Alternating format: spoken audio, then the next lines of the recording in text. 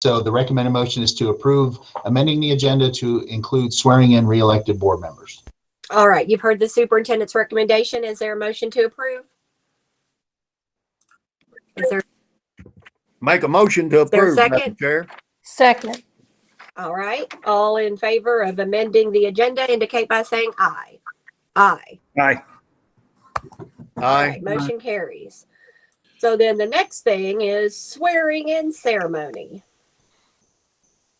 And I'm going to turn this over at this time to Judge Executive Houston Wells, who will conduct the swearing in ceremony for re-elected board members Natalie Lyle, Chuck Fletcher, and Justin Watterson. All right, thank you. If you all would raise your right hand and affirm this statement once it's read. I do solemnly swear or affirm, as the case may be, that I will support the Constitution of the United States and the Constitution of this Commonwealth, and be faithful and true to the Commonwealth of Kentucky so long as I continue a citizen thereof, and that I will faithfully execute to the best of my ability the office of member of the Franklin County Board of Education according to law. And I do further solemnly swear or affirm that since the adoption of the present Constitution, I, being a citizen of this state, have not fought a duel with deadly weapons within this state, nor out of it, nor have I sent or accepted a challenge to fight a duel with deadly weapons, nor have I acted as a second in carrying a challenge, nor aided or assisted any person thus offending, so help me God. You do? I do. All right. Congratulations. Thank you. The next item is school board And recognition. it is month. School Board Recognition Month, a month where we're going to celebrate throughout the course of the month the fairly thankless job that you all do. And we so appreciate it every single day, what you do for our school district and for our students and staff. And I need to thank Judge Executive Houston Wells for being here, not only to do the oath, but also to read this proclamation. So, Judge Wells. Thank you, Mr. Kopp. I'm honored to do this. Being a former teacher, I understand years ago what it was like to be a teacher. I can't understand very well, fathom what teachers are going through. And so I always think about the difficulties and the issues that we had when we were in school.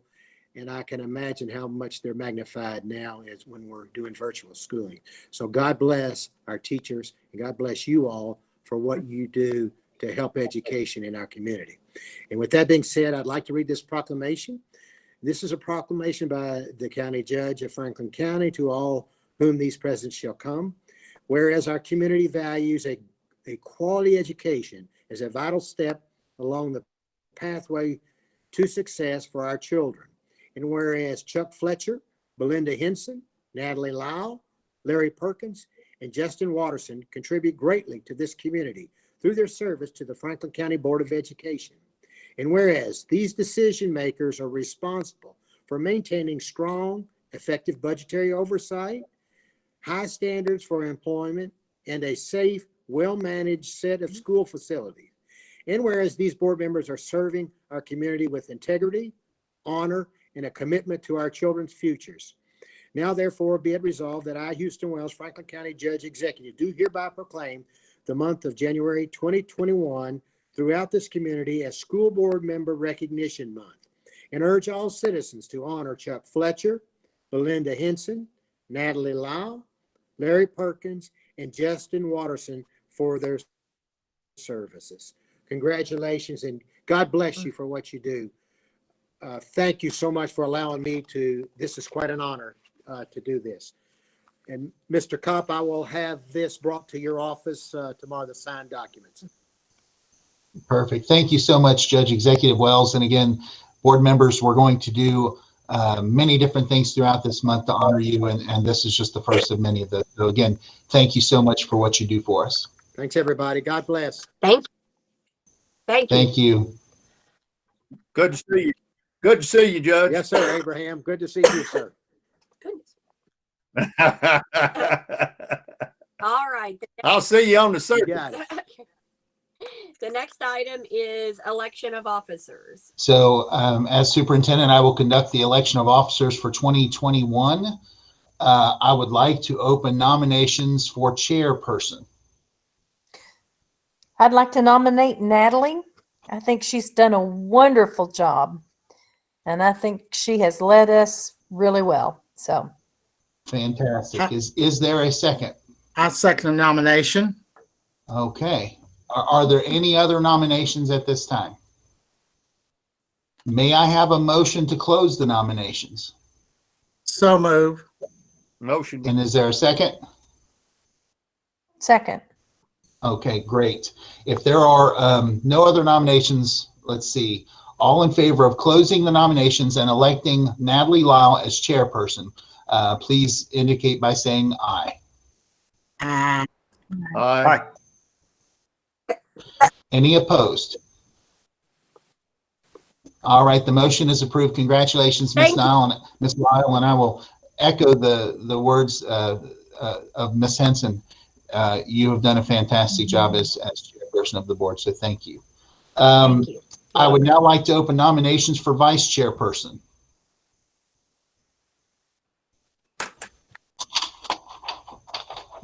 Well, I'll go ahead and just keep it as we have with Chuck Fletcher.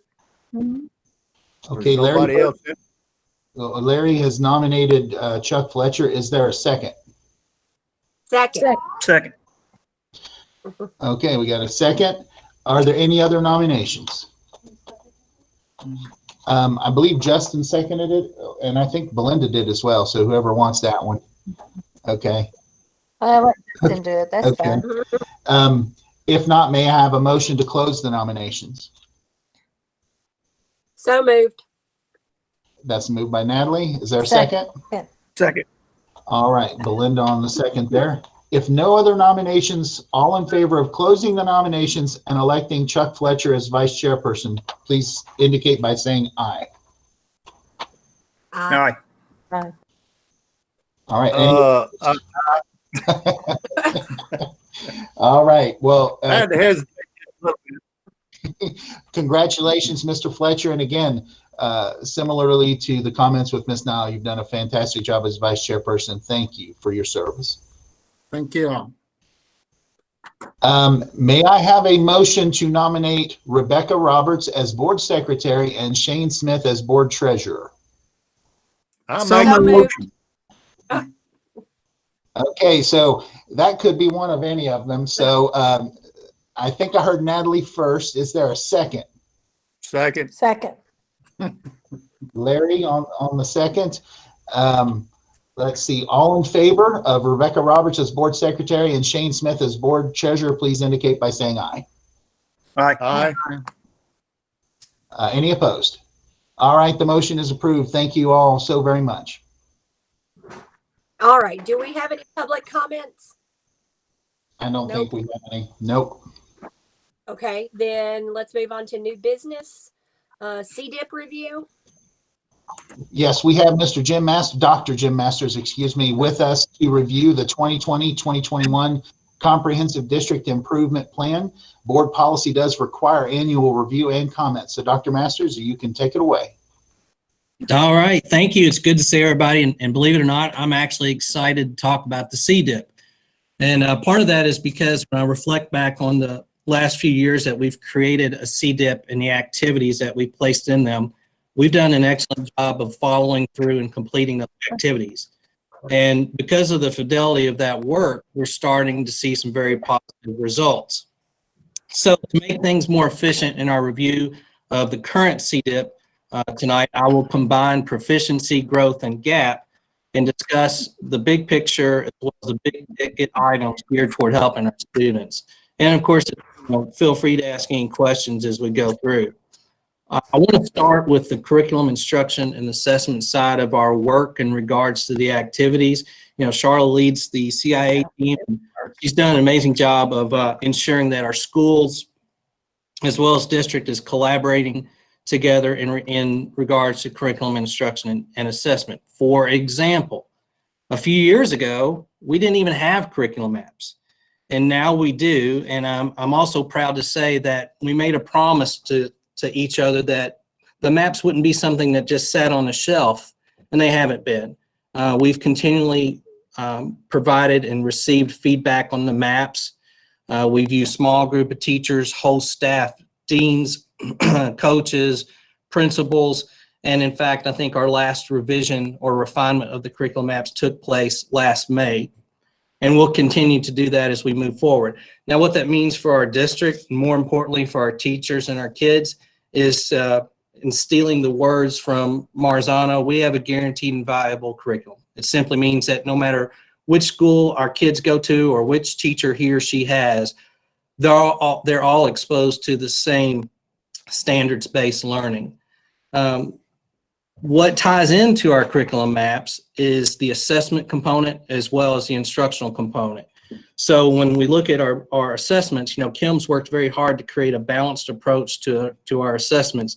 Specifically, I'll have a focus in regards to our benchmark test. We've been implementing those the last couple of years, which is in our CDIP, and that's a non-biased monitoring of student learning of the required standards. And what that enables us to do is to begin the discussion of going back to the maps and saying, okay, let's look at this standard. How much time have we spent on the standard? Are our instructional strategies congruent to that standard, where we're truly asking kids what they should know and be able to do? And speaking of instruction, I want to give a big thank you to all the principals, because they all agreed to put a focus on high yield, evidence-based learning strategies as we move forward. So starting this semester and moving into the summer and beyond, we're going to research and design asynchronous professional learning opportunities in regards to effective high-yield research-based strategies. And we've already provided professional learning for our staff, specifically with a technology focus, and Stella's done an amazing job with that. Now we're really going to hone in on what are those core strategies that give us the biggest bang for our buck. And we're not just going to give teachers a list, if you will, or directions on how to implement a strategy, but rather start recording teachers in action who actually model effective use of those strategies. So I'm very excited about that. And all this collaboration talk regarding curriculum instruction assessment, that's always a topic of discussion. So when Mark has our administrator meetings, one of the things we always talk about is, where are our kids? How is the learning process taking place? And then one last topic I want to mention in regards to proficiency, growth, and gap is Project 2025. I'm super excited about the opportunity of our district growing teachers from within. We're not going to see the result of that work in the next year or two, but down the road, I think it's going to pay huge dividends as we grow our own teachers. The next component is transition readiness. And the main topic for this in terms of the CDIP is expanding opportunities in career and technical education. A couple of years ago, Mark set up a meeting with the president of BCTC. Well, long story short, that has now allowed us to have a relationship with them, and we will be implementing dual credit courses with all of our career and technical education courses, specifically those at the CTC. The reason why that is so important is because it's going to build a bridge for post-secondary opportunities for our students. So for example, if I'm a student that's going into welding, I can take Welding 101 as a dual credit course, even as a freshman. Just FYI, career pathway courses tend to have different requirements for taking a dual credit courses compared to core. But long story short, it's going to provide students with the opportunity not to just get a jump start on post-secondary education, but more importantly, to better prepare them for post-secondary opportunities. And I'm very excited about that. Moving on to graduation rate. Well, looking at the data, it's much improved, and a big thank you needs to go to the board, because several years ago we had one pathway toward graduation, so to speak. And now, because of you all, we have more than one pathway, and the results due to that opportunity for our students show a very positive outcome. And we're going to continue to research that. But it's more than just learning the standards and having a different pathway for graduation. If COVID-19's done anything, it has exposed the need for us to provide support, social, emotional, and mental health support for our students. Our teachers have done an amazing job trying to support our students this year under the circumstances. Kyle and his team have done an amazing job in working with the teachers and the counselors and administrators. And we've actually incorporated a very small piece of that within the CDIP. And you'll notice there's a crush activity, which Amy Snow will lead. And this is for students who have parents who have been incarcerated. So that's the big picture of a CDIP. The final thing I wanted to let you all know is that when you look at a CDIP, you will see things from previous years. And that's on purpose because it's not a one and you're done type thing. And in fact, KD recommends that a CDIP, even though we have to revise it each year, it's actually a 3 to 5 year plan. So very happy with the progress we've made, looking forward to further progress. And if you have any questions, I'm here to answer. And if I don't know the answer, I'll find it.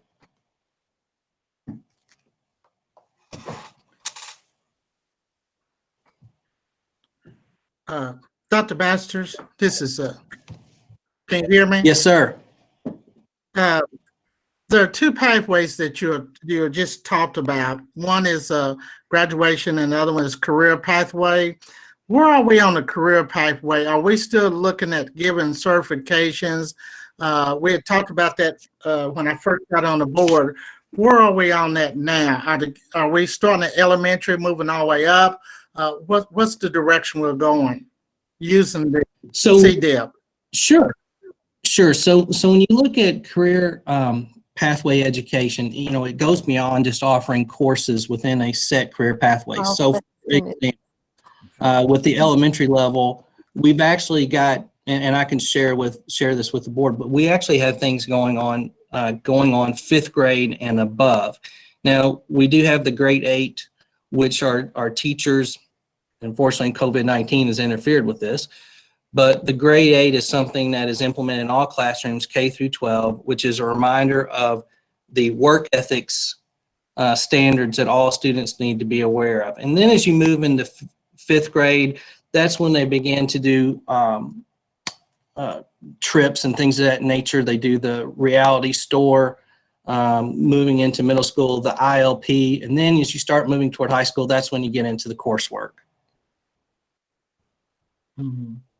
And Mr. Fletcher, all of our CTC pathways that we offer do lead to industry level certifications. So we do have our students who are actually earning their certification and are able to leave high school and start work, whether it's as a welder or as an ASC certified mechanic or the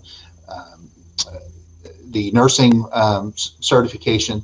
Every single one of those leads to an industry level certification. CNA, wasn't it? Yes, CNA. CNA, SRNA, and yes, absolutely. I was going to ask, one of the things that just my recommendation, and I don't know what Dr. Masters thinks of this, I think, you know, as a fifth grader, that they ought to be brought out and brought over to the Career Center and start looking at that, at the options that they have there, if that's something that they're interested in. And I think the earlier we get them involved and get them interested, I think the earlier that they can, you know, start looking at, well, this is what I want to be. Because, you know, as a small child, I want to be a fireman or a policeman or whatever, but they really don't have no objective goals until about that fifth grade. And that way they can serve in other ways to do stuff.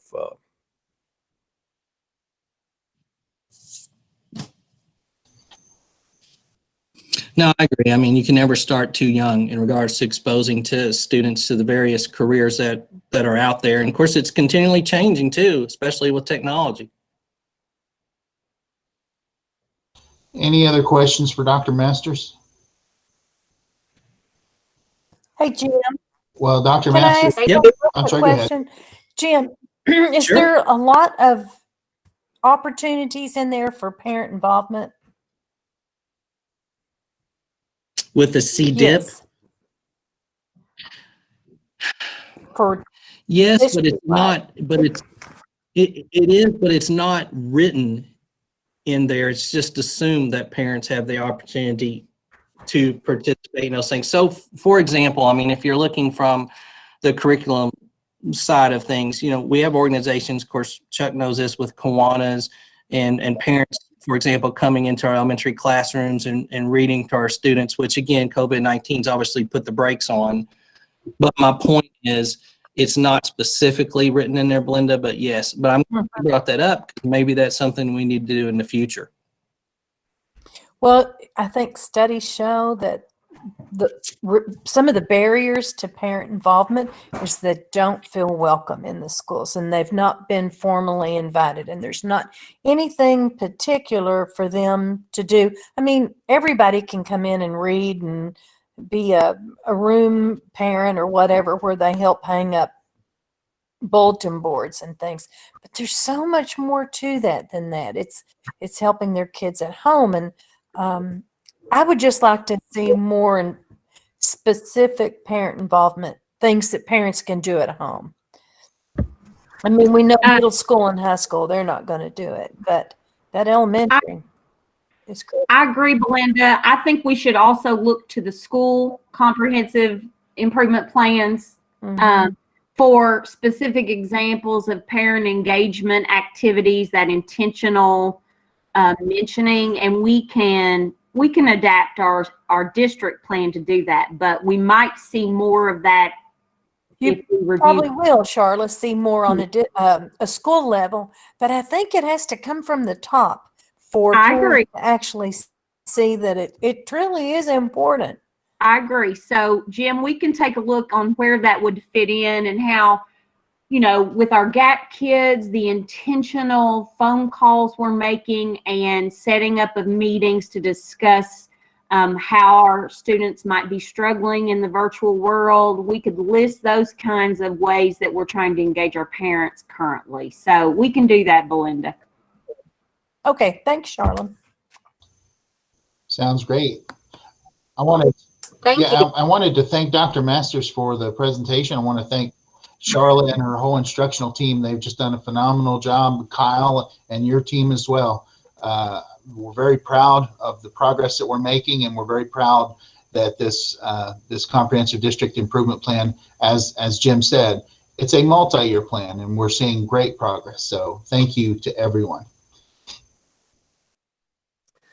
All right. The next item on the agenda is reports to the board. The first is the superintendent's personnel actions. Personnel actions taken since the last meeting of the board are presented for your information. And then the reports from school councils. Draft minutes from school site-based decision-making councils are presented for your review.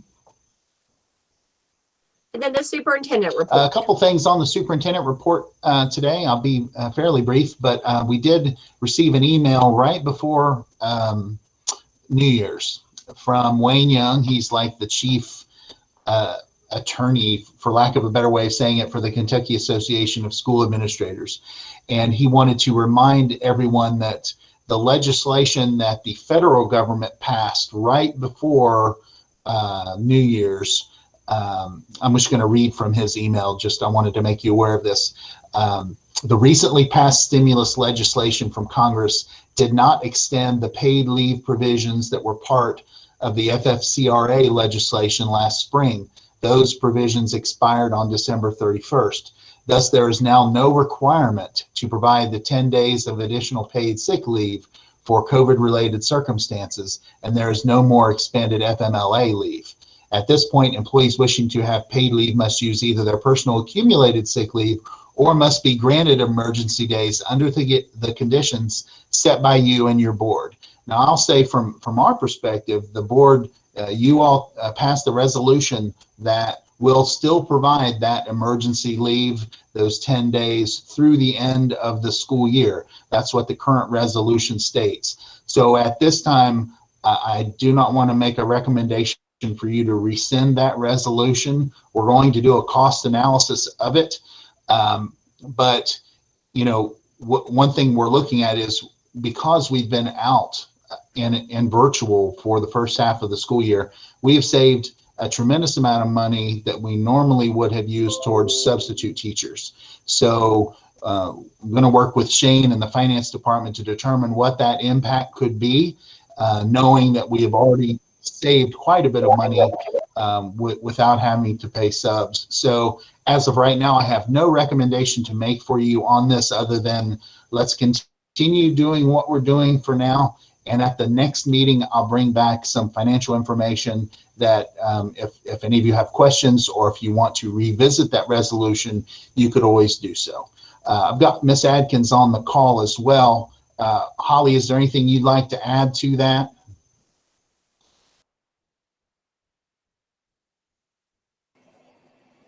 No. No. Unless anybody has any questions, I don't have anything to add. Well, Mark, I was going to ask is, now if we decided, I don't know if y'all have got a tentative date that they might start going back to in-person schools, and we had, you know, a large amount of teachers or whatever decided, hey, I don't want to go back, or I don't want to, you know, I'm going to take whatever days, then, you know, we could get in real serious trouble at that point. So I don't know how that's going to work. We'll just have to, you know, Sure. you'll know it before we do.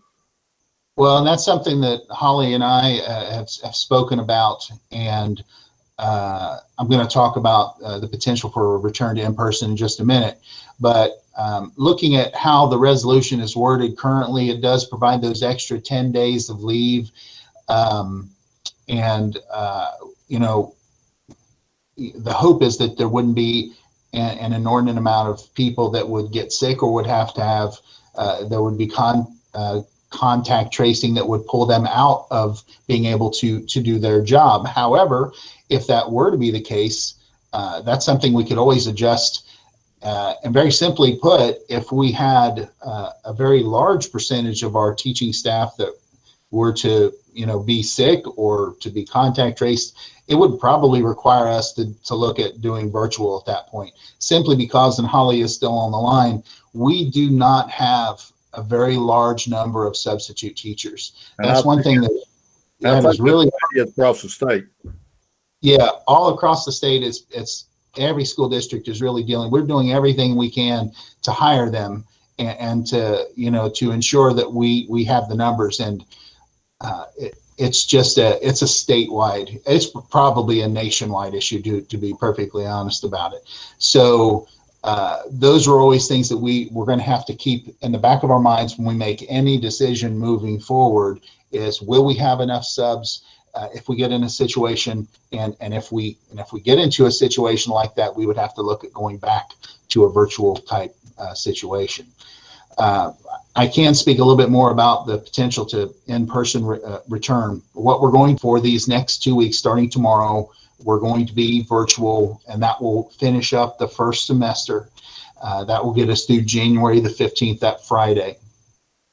Then we're going to look at the data next week, and we're going to see where we are. Right now, I think we're at 36.9 or 35.9 as a county. We're still very much in the red.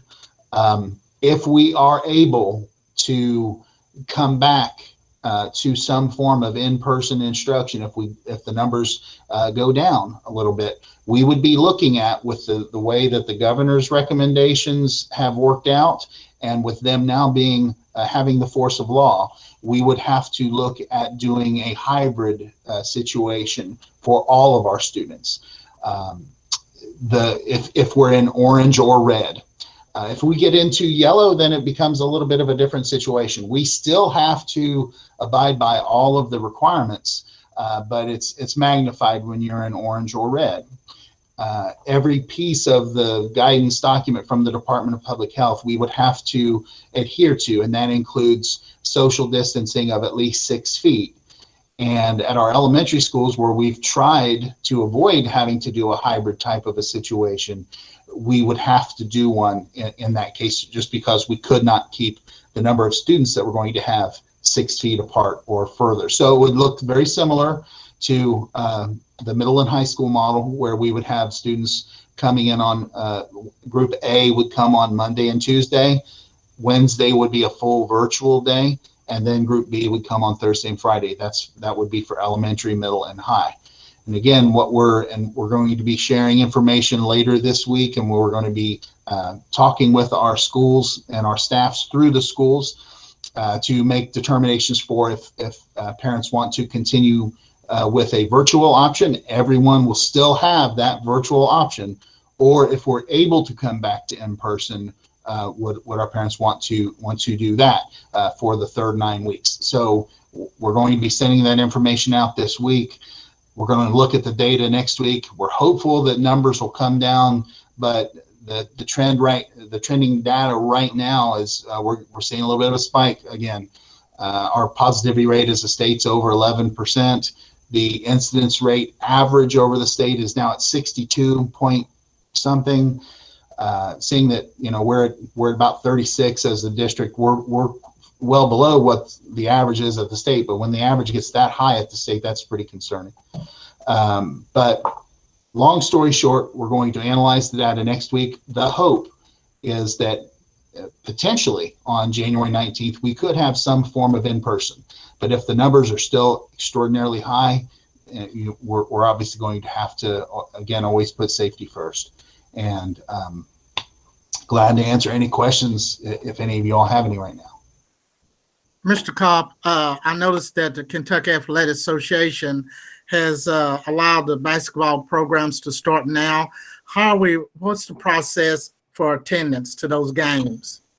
Yeah, it's going to be the same situation as what it was for our fall sports. Students who compete, student athletes, will have 2 tickets that will be electronically assigned to them that, you know, they can use those 2 tickets however they want to with parents or whatever. It can come. And again, temperature checks, social distancing in the stands, all of the protocols that we've had to do with the fall sports that, in all honesty, we did a really, really excellent job of it at all 4 of the schools where competitions were occurring. They'll have to be done. The only difference is for a lot of those fall sports, it was outdoor. Now we're looking at indoor. Now that's obviously not including volleyball and middle school basketball. We had both of those sports that were going on in the fall, and we did a very good job there. So we're going to have to replicate that model. So again, it's limited attendance to parents or family members or whatever per student athlete. And it'll be, again, the hometown ticketing app, so everything will be online ticketing once again. Hey, Mark, before we get on to the consent agenda, Sure. and Shane might need to pop in on this, what's the status of the CARES funding and the FEMA? What's up with that? Yeah, so I can talk a little bit about FEMA. FEMA was and I don't want to sound negative because I'm a very optimistic person, but when FEMA was offered as a possibility for school districts, it was kind of like this golden goose that we could apply for FEMA reimbursement for a lot of the expenses that we were seeing. And 172 superintendents and school boards were ecstatic at hearing that. But then as the months progressed and FEMA requests for reimbursement started to come to be, sent in, everything was just getting rejected. And so at the federal level, we're very disappointed with the federal level of what we were promised versus what we actually received in terms of reimbursement for FEMA. With CARES Act, what was that? I'm sorry. How much did we actually receive?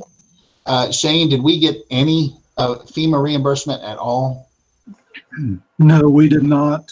After sitting through several of the FEMA meetings, after they've kind of redefined what was going to be eligible for reimbursement, it was basically medical expenses, emergency feeding type situations.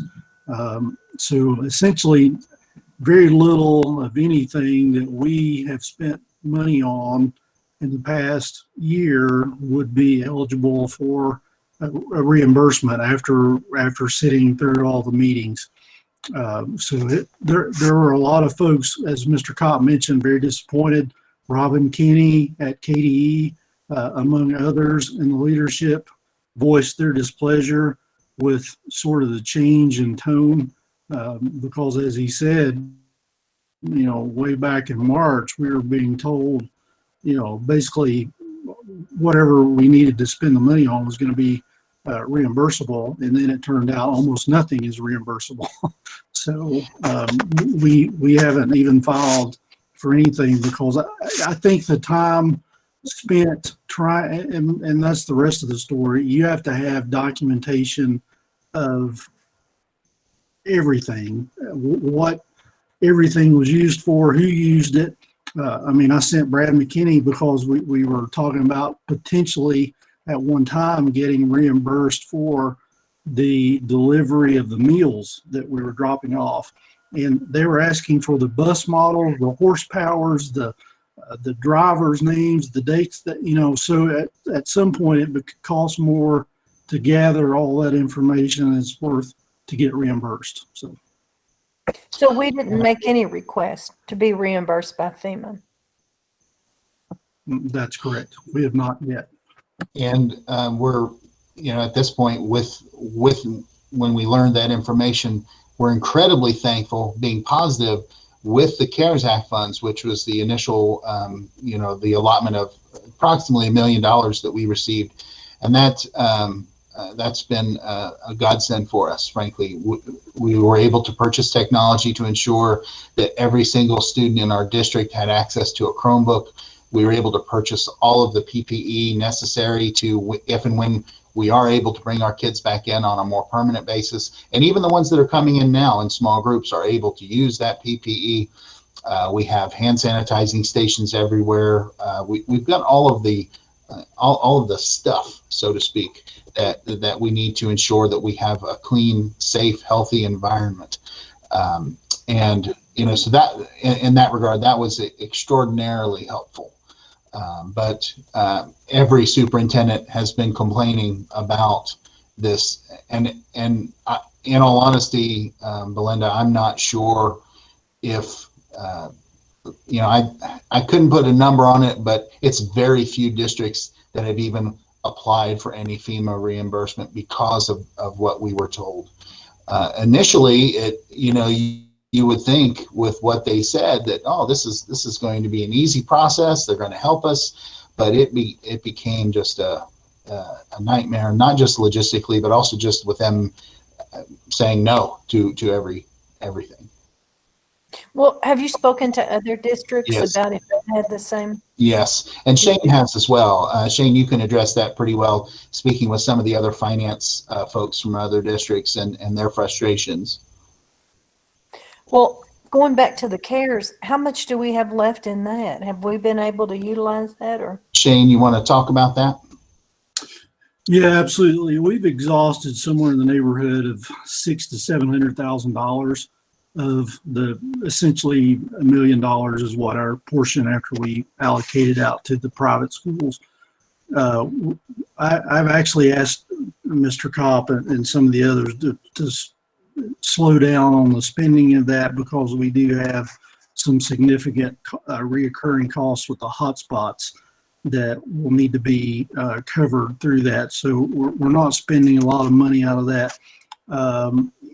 When we get a little further along into the spring, we'll look at that again and reevaluate what we have remaining and what our recurring costs that we're looking at with some of that technology. But that's essentially where we've at. We're somewhere around $600,000 to $700,000 spent, so $350,000 left. How much is the hotspot bill? Well, that's a good question. Those are kind of the first bill that we received back was an eye opener. I can't remember whether it was in the $20,000 range or something like that, Shane. I honestly can't remember. Since that initial one, we've been able to manage those devices a little bit more effectively from Jimmy's perspective. Jimmy, are you on this? It doesn't look like Jimmy's on the call, or he could address that a little bit more effectively. But it's definitely something that's a lot of money, but at the end of the day, we're also saving a great deal of money in utilities by not having as many students in our buildings. So, it's something that we're managing, and we'll definitely be able to manage for the rest of the year with no issues. The plant board agreement that we were able to acquire, secure, has really been beneficial as well, getting some people signed up for internet through the plant board, that those that had access to it. That's a much greater cost savings to us as a district. Well, could we get a printout, board members, on how much is Absolutely. being spent? Absolutely. So did FEMA give us money, or we just have to apply for it? How does that work? Yeah, we received CARES Act money from the federal government, but we have to apply for FEMA reimbursement. So it has to meet their very stringent guidelines. Almost like kind of what Shane was talking about. If you can just think about if a hurricane were to come in and devastate an area, and those are the kinds of things that FEMA normally goes towards. So when they didn't really come through with the reimbursement that we were promised, even the head finance person at the state of Kentucky in a meeting about 3 weeks ago was just incredulous at how little that they've done for our state. But we can absolutely get you a printout at the next, we're going to have a special called meeting. So Shane can get that for you. Absolutely. Yeah, that'd be good. Any other questions? No, I'm okay. All right. All right. The next item on the agenda is the consent agenda. Let me pull this up here real quick. That screen minimized on me here real quick. There it is. The consent agenda is presented for your approval. The recommended motion is to approve of the consent agenda as presented. You've heard the superintendent's recommendation. Is there a motion to approve? So move. Is there a second? Second. All right. Any discussion? I seen where we got the contract for our board attorneys. So when did that take effect, Mark?